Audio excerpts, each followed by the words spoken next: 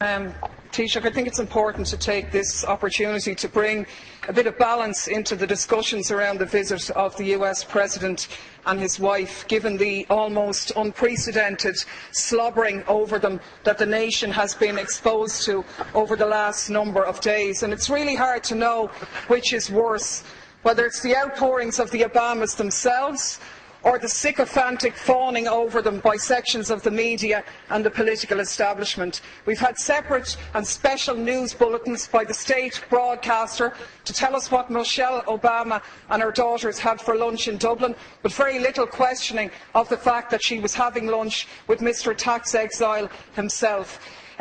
We had very little challenging of the fact that she's glad to be home, a country that she's been in less than a week and that her husband has very tenuous links in. And of course, the biggest irony of all, the protestations of Obama himself in his speech to the children in Northern Ireland about peace, when he said, "Those who choose a path of peace, I promise you that the United States of America will support you every step of the way. We will be the wind at your back." Now I ask you, is this person going for the Hypocrite of the Century award? Because we have to call things by their right names. And the reality is that by any serious examination, this man is a war criminal. He has just announced his decision to supply arms to the Syrian opposition, including the jihadists, fuelling the destabilisation of that region and continuing to undermine secularism and knock back conditions for women. This is the man who is in essence stalling the Geneva peace talks by trying to broker enhanced leverage for the Syrian opposition by giving them arms, and to hell with the thousands more who lose their lives, or the tens of thousands more who will be displaced as this war goes on. This is the man who has facilitated a 200% increase in the use of drones, which have killed thousands of people, including hundreds of children. And you, Taoiseach, you are the one who's turned a blind eye on these activities. You've talked about the G8 being an opportunity to showcase Ireland. But is it not a reality that you have showcased us as a nation of pimps, prostituting ourselves in return for a pat on the head? To be honest with you, we were really speculating this morning whether you were going to deck the cabinet out in leprechaun hats decorated with a bit of stars and stripes to really mark abject humiliation here. So my question to you, Taoiseach, is as follows.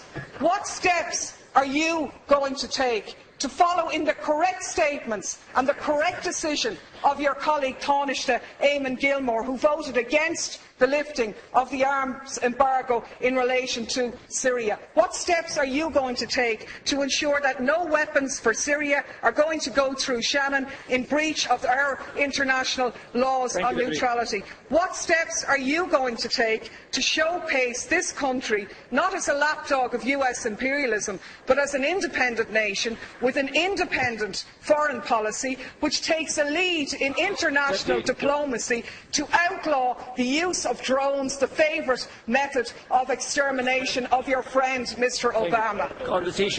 Thanks, Ceann Comhairle. Of course I said nothing about the Northern Ireland peace process, a process which everybody supports, but is not one that gives you a licence to do whatever you like anywhere else around the globe. There isn't much peace in Iraq, where 26 people lost their lives yesterday. There isn't much peace in Afghanistan. There isn't much peace in Pakistan, and there certainly isn't much peace in Syria.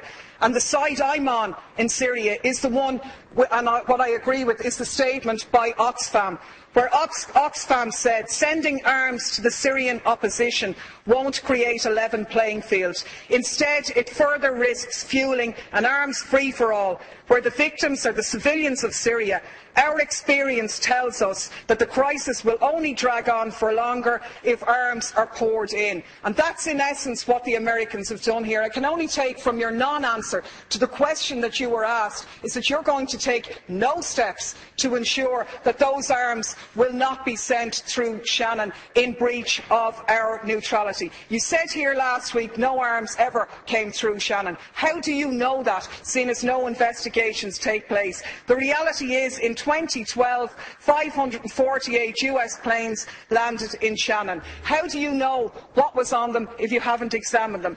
Your Minister for Transport revealed in a parliamentary question that 239 civilian planes landed in Shannon, where they sought permission because they were carrying munitions of war or dangerous goods on a civilian aircraft. What steps are you going to take to intervene in this situation? And the last point I'll make is that people in this country are very fond of our American brothers and sisters, and I think we stand far more shoulder to shoulder with them by making valid criticisms of their President, who has broken his election promises, rather than just pimping this nation as a tax haven for their corporations. I'm sure the Americans would far prefer if their multinationals paid their taxes at home rather than offshore here, so they could develop their health care, so they wouldn't be wasting money on arms being sent to slaughter people in other countries.